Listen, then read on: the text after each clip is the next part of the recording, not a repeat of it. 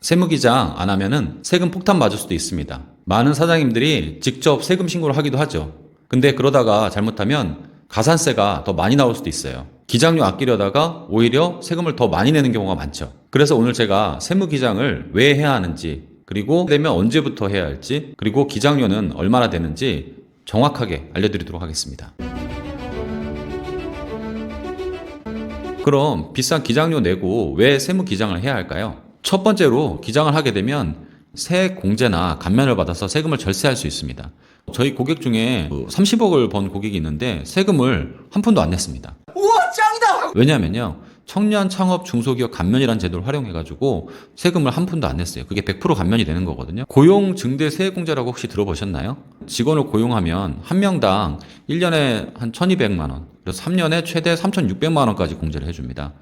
그래서 저희 고객 중에 제조업을 하시는 사장님이 계시거든요. 근데 직원을 3명 고용해가지고 3년간 거의 한 1억 정도를 그 세금을 공제를 받았습니다. 근데 이런 부분 사장님들이 직접 챙기기가 힘들잖아요. 그죠? 기장을 맡기면 이런 세액 공제라든가 감면을 받을 수 있기 때문에 훨씬 더 유리한 부분이 있습니다. 그리고 정부에서 혜택을 줘요. 뭐냐면 국세청에서 간편장부 대상자가 만약에 기장으로 신고를 하는 경우에는 기장세액공제라고 해가지고 1년에 최대 100만 원까지 세금을 깎아줍니다. 반대로 기장을 안 하잖아요. 그랬을 때는 불이익을 줍니다. 그래서 가산세를 20%나 매기게 돼 있습니다. 세금이 예를 들어서 1,000만 원이라 그러면은 200만 원의 가산세를 내야 되는 겁니다. 둘째로 기장을 하게 되면은 세금을 더 절약할 수가 있습니다. 몇 년 전에 저희 이제 고객이 되신 사장님 계신데 그 치킨집을 하셨어요. 그래서 전에 이제 다른 사무실에다가 이제 신고 대리로 그때 이제 신고할 때만 맡겼었는데 그 치킨집 하실 때 갑자기 세금이 1,000만 원 나온다고 그렇게 얘기를 들은 거예요. 그래서 아니 무슨 치킨집에서 얼마 팔지도 못하는데 매출도 얼마 안 되는데 소득세를 뭐 1,000만 원이나 내냐고 너무 많이 나온다 그래가지고 저희 사무실로 찾아오신 적이 있어요. 보니까 이제 비용들이 많이 제가 보니까 빠져 있더라고요. 뭐 사업용 신용카드 내역이라든가 통장으로 지출한 인건비라든가 각종 영수증 같은 게 많이 좀 빠져 있었습니다. 그래가지고 제가 그런 비용들을 챙겨가지고 그 세금을 1,000만 원에서 한 150만 원까지 줄여드렸습니다. 다른 세무사무실은 뭐 했냐 보니까 이제 직원이 하다 보니까 아마 그거를 이제 경비율로 이제 계산했던 것 같아요.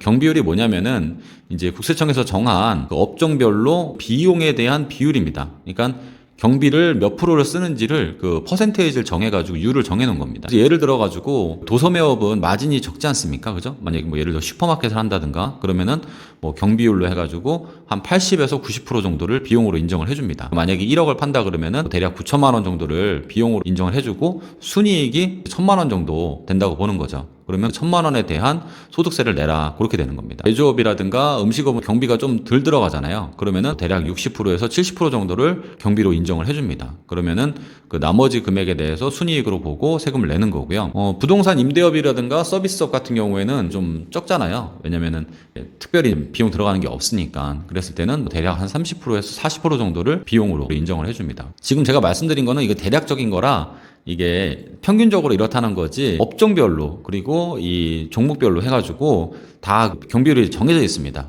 퍼센테이지가 더 정해져 있습니다. 근데 경비율로 만약에 신고를 하게 되면 매출이 적을 때는 세금이 적게 나오는 경우도 있는데요. 반면에 매출도 많고 경비도 많다. 실제로 사용한 경비가 경비율보다 더 많을 수가 있잖아요. 그러면 실제로 사용한 경비를 인정받기 위해서는 장부를 작성해야 됩니다. 한마디로 기장을 해야 됩니다. 그렇기 때문에 기장을 하는 게 훨씬 더 유리하다는 거죠. 제가 세무사 고르는 꿀팁 하나 알려드릴게요. 사장님이 이제 세무사무실 알아보다가 방문해서 이제 그 미팅을 하지 않습니까? 그러면 이 질문을 먼저 해보세요. 세금 낼 금액을 대략 언제쯤 알려주나요? 여기에 대한 대답이 뭐 나쁘게 한 하루 이틀 전이나 뭐 그 정도에는 알려준다. 그럼 사장님 그냥 인사하고 나오시면 되겠습니다. 아니 세금을 내일까지 내야 되는데 세금 낼 돈도 마련해야지 않습니까? 근데 세금을 납부할 금액을 하루 이틀 전에 알려주면 어떻게 준비를 해요? 그래서 다른 세무사무실에서 기장을 하다가 저희 사무실로 옮기신 사장님들이 제일 많이 하시는 말씀이 뭐냐면은 납부기한이 촉박해서 납부서를 보내주고 이 세금이 어떻게 나왔는지 제대로 설명도 못 들었다. 그래서 굉장히 답답해가지고 옮기게 됐다. 그 말씀을 제가 가장 많이 듣거든요. 그래서 저희 사무실 같은 경우에는 부가세는 보통 한 1개월 전에 알려드립니다.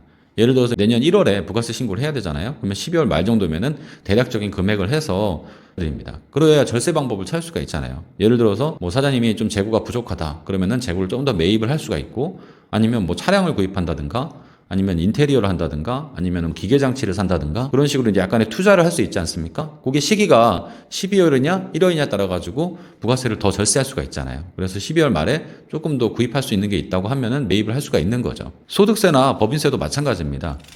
지금 하반기인데요. 저희 같은 경우에는 1월부터 6월 상반기 부분에 대해서 8월 정도에 중간 결산을 합니다. 그래서 상반기에 결산한 걸 가지고 내년도에 세금이 어느 정도 나올 거다 예상이 되잖아요. 왜냐면 이제 상반기 거를 하반기와 똑같이 했다고 가정했을 경우에 그랬을 때 절세 방법을 알려드립니다. 예를 들어서 직원이 좀 더 필요하다. 그러면은 직원을 채용하면 고용증대 세액공제를 받을 수가 있잖아요. 그래서 그런 부분도 안내해드리고 만약에 그런 부분이 안 된다 그러면 절세할 수 있는 금융상품도 안내해드립니다. 예를 들어서 노란우산공제라든가 퇴직연금 IRP라든가 아니면 연금저축이라든가 이런 부분으로 절세할 수 있도록 저희가 코칭을 해드리고 있습니다. 그럼 세무기장 언제부터 해야 할까요? 제가 오늘 딱 정해드리겠습니다. 먼저 직원이 생기면 골치가 아픕니다. 왜 이러는 걸까요? 왜냐면 직원이 생기면 일단 4대 보험 신고를 해야 되잖아요. 국민연금도 해야죠. 건강보험, 고용보험, 산재보험 이런 것도 다 신고를 해야 되지 않습니까? 거기다가 매달 인건비를 지급하는 경우에는 원천세 신고라 그래가지고 급여를 신고를 해줘야 됩니다. 그 다음에 연말정산도 해야 됩니다. 그렇기 때문에 굉장히 복잡하고 번거롭습니다. 그걸 사장님이 이제 물론 잘 알아가지고 하시면 되겠지만 그거를 시기별로 제출할 서류들이 있기 때문에 챙겨야 될 게 굉장히 많다는 거죠. 그래서 시간이 많이 소요되기 때문에 그때부터는 기장을 하시는 게 좋습니다. 그리고 직원이 없어도 매출이 일정 부분 이상이라 그러면은 기장을 해야 됩니다. 한마디로 이제 국세청에서 관리가 들어간다고 보시면 됩니다. 그걸 복식부기 의무자라고 합니다. 복식부기란 게 뭐냐면 세법에 맞게 뭐 재무상태표라든가 손익계산서, 제조원가 명세서, 합계잔액시산표 이런 것들을 세법에 맞게 제출해서 신고를 하라는 겁니다. 근데 그런 부분들 만들기가 어렵잖아요. 그래서 당연히 복식부기자가 되면은 기장을 맡기는 게 낫겠죠. 이 업종별로 매출액을 정해놨습니다. 그래서 이 복식부기 의무자는 요 이제 표를 한번 보실까요? 표를 보시면 업종별로 정해놨는데요. 요 기준은 이 23년도 기준에 만약에 내가 복식부기자인가 아니면은 그냥 일반 간편장부 대상자인가 확인하는 거는 그 전년도 매출을 보는 겁니다. 그래서 22년도 매출 기준으로 한다는 겁니다. 전년도 기준으로 보시면요. 도소매업 같은 경우에는 3억입니다. 그리고 제조업이나 음식업이나 건설업, 정보통신업 같은 경우에는 1억 5천입니다. 작년에 그 금액 이상이었다고 하면은 올해부터는 복식부기 의무자가 돼서 기장을 해야 되는 겁니다. 그리고 부동산 임대업이라든가 서비스업 같은 경우에는 7,500만 원입니다. 그래서 그 부분 이상 되면은 당연히 기장을 맡겨야 되는 겁니다. 기장료는 얼마나 할까요? 개인 사업자는 매월 8만 원에서 13만 원 정도 합니다. 이 금액 차이가 나는 거는 이제 직원이 있느냐 없느냐, 매출이 어느 정도가 되느냐, 그리고 업무의 난이도라든가 그런 부분에 따라서 조금 달라집니다. 부동산 임대업 같은 경우에는 크게 이슈가 없기 때문에 5만 원의 기장을 하기도 합니다. 법인도 마찬가지로 업종과 규모에 따라 다른데요. 보통 10만 원에서 30만 원 정도 받습니다. 물론 매출이 이제 50억, 100억 만약에 한다 그러면은 더 훨씬 더 많이 받아야 되겠죠. 법인세 신고나 소득세 신고를 하게 되는데요. 그럴 때는 조정료가 발생합니다. 이 조정료는 왜 발생하냐면요. 조정이라는 거는 결산을 먼저 이제 해야 됩니다. 결산이란 게 뭐냐면 그동안 기장한 거를 이제 정리를 해서 재무상태표라든가 손익계산서라든가 합계잔액시산표 이런 법에서 정한 재무제표를 만들어야 됩니다. 그래서 일단 첫 번째로 결산을 해야 되는 거고요. 두 번째로 세액공제나 감면에 해당되는지 그걸 검토해야 됩니다. 아까 말씀드린 대로 청년 창업 중소기업 감면이 되는지 아니면 뭐 중소기업 특별세액 감면이 되는지 또 연구인력개발비 세액공제가 되는지 뭐 고용증대 세액공제가 되는지 굉장히 많습니다. 그 해당되는 게. 그래서 그 부분을 해당되는지를 검토를 해가지고 감면을 적용해야죠. 예를 들어서 아까 청년 창업 같은 경우에는 30억을 벌었는데도 세금이 빵원이잖아요. 그죠?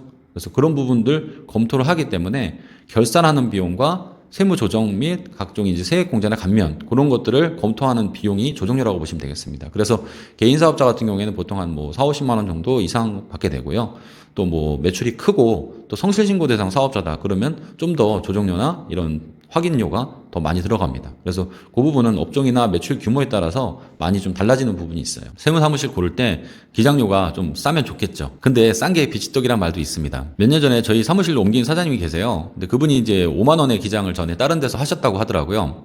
왜 옮기시냐 이렇게 여쭤보니까 부가세 생각보다 그 당시에 많이 나왔다 그래요. 그래서 그 전에 하던 사무실에 그 직원한테 아니 왜 이렇게 부가세가 많이 나왔냐고 좀 설명 좀 해달라고 그랬더니 그 다른 세무사 직원이 아니 사장님 5만 원 내시면서 너무 까다롭게 하신다고 좀 면박을 주더라는 겁니다. 사장님 너무 황당해가지고 이런 대접을 받으려면 내가 정말 옮겨야 되겠다 해가지고 이제 저희 사무실로 옮긴 케이스가 있는데 물론 이제 다 모든 직원이 그렇진 않겠죠. 생각을 한번 해보시면 될 것 같아요. 지금 최저임금이 200만 원이 넘잖아요, 직원들. 그러면 이제 세무사무실도 운영하려고 그러면은 보통 300만 원 정도 들어와야 되지 않습니까? 200만 원 월급 주고 또 임대료도 내야 되고 사대보험도 내야 되고 직원들 밥값이라든가 그런 비용들이 들어가잖아요. 그래서 만약에 5만 원짜리 기장을 한다 그러면은 300만 원을 벌려 그러면 기장을 60개를 해야 됩니다.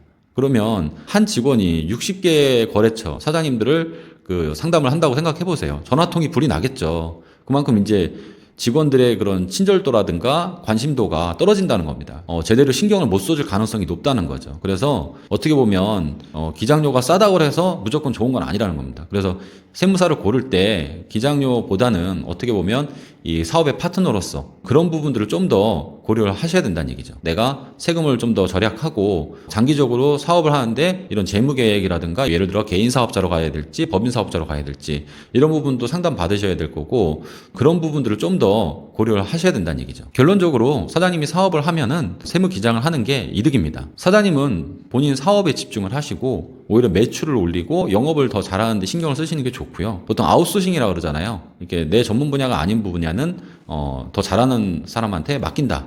그래서 그 세법이나 이런 기장이라든가 이런 부분들은 당연히 이제 세무사한테 맡기고 오히려 사장님 본업에 더 신경 쓰는 게 더 좋다는 거죠. 오늘 제 정보가 도움이 됐다 그러면 구독과 알림 설정 부탁드리겠습니다.